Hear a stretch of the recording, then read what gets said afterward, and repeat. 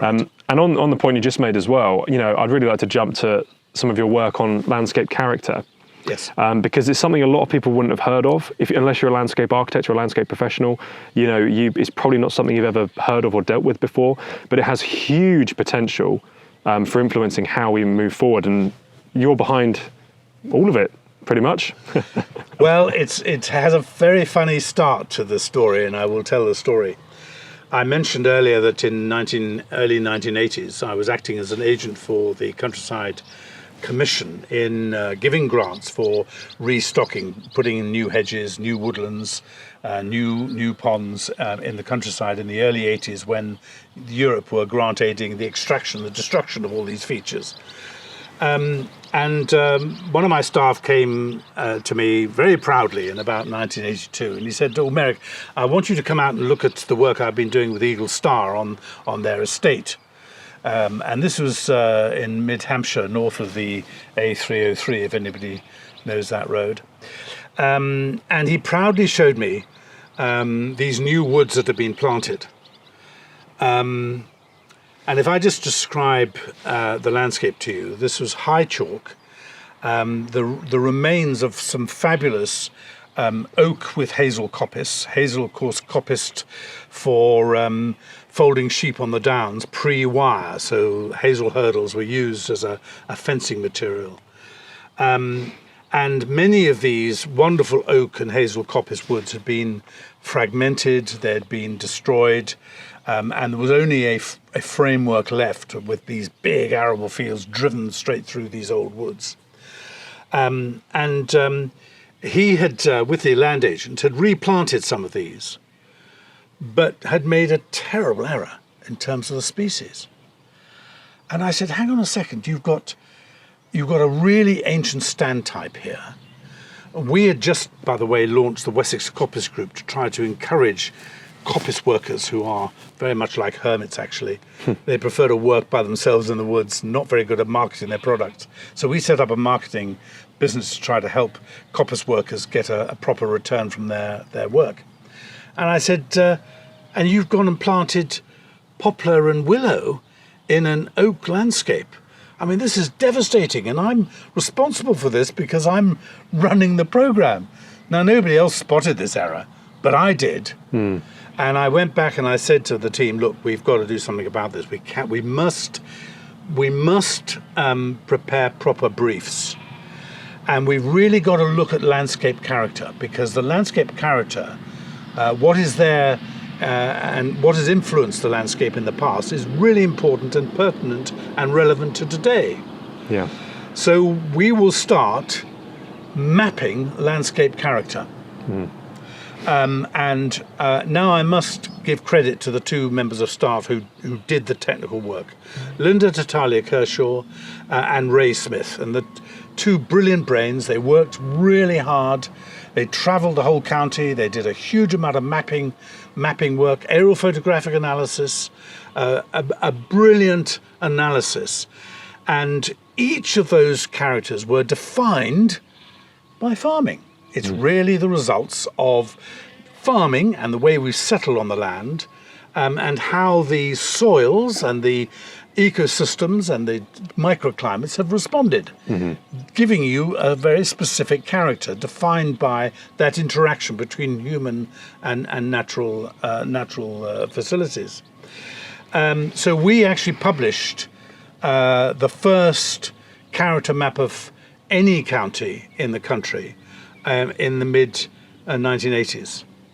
And then I went up to the Countryside Commission's headquarters in John Dyer House in Cheltenham, and spoke to the chief executive there and a team of people. And they then went on with English Nature at the time, and they then commissioned, I think it was LUC, to do the character mapping of the rest of the country. Those character maps are incredibly important, because Natural England, the new government department, new in 2006, I ought to add, they have continued with that work. And Chris Bolton in Natural England has done a lot of work to modernise the character map of this whole country. And it's incredibly important if we're now going to be directing investment at soil types and at ecosystems and at topography and microclimates. And this is really going to be critical, that rather than having administrative boundaries, district councils, county boundaries, regional boundaries, Catchment these areas, are all false boundaries. Catchment I'll come back to in a second. These are all false boundaries. The landscape boundaries is really important because you can make a very strong business case for investing in character, because you know the landscape will respond in a particular way to that investment. Yeah, but it also helps create the sense of place. Well, the sense of place is absolutely critical. Yeah. You know, this country, the United Kingdom, is known for its very diverse character. You can move across this country, well, there are 159 different character areas. So this country is very, very diverse in terms of landscape character. We've got 159 different character areas, and they are really defined by the soils. And so targeting character as being the framework for agenda setting for this multifunctional outcomes is not only very important in terms of sustaining the distinctive character of the place, but it's also the very best framework for getting the best out of natural capital, out of delivering clean air and clean water, out of reinstating the microbial health of our soils, and to equip the resilience to these landscapes. And it's going to be incredibly important in the future. Definitely, yeah. I just wanted to pick up a bit more on the sense of place that it creates, because I think a lot of people don't necessarily understand what it actually means. You know, what are they getting from a landscape character? What does it bring to them? Because it's all based on soils, you know, as we've talked about, isn't it? And as you've said, how the landscape is going to respond, which means we can design the landscape in ways to get the most out of it, yes. But also give the most back to it and create, you know, strong ecological systems. And a lot of our most diverse habitats and ecosystems come from farming and land management, and it's how we bring those back in a sensitive way to reinforce sense of place. And we know that a sense of place is very, very important for health now. There's a lot of evidence showing around mental health because it gives you a sense of belonging. You know, if we take where we are now, on the edge of Loch Tay in Scotland, you know, this is a completely unique landscape. And whilst this is obviously very, very different from some areas of Hampshire, the tree species, the rolling hills, the type of agriculture that's used gives people a sense of home, gives people a sense of belonging, all of those things. And there's so much evidence coming forward about how important this is for people, because otherwise everyone just looks the same.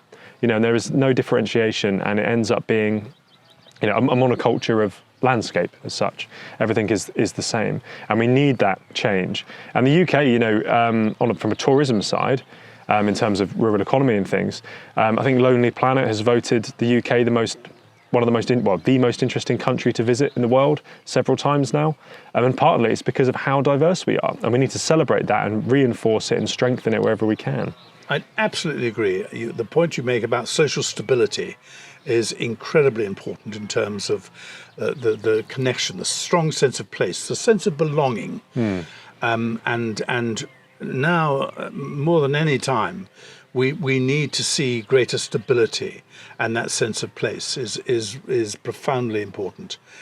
No, I absolutely agree. I think the character is, and we have a slight problem because people see character as being a nice to have, not a must have. But I think the point you and I are making is that actually the character is such a stabilizing impact, and propped up by a very good business reason for ensuring that you make the best out of your soils and your climate.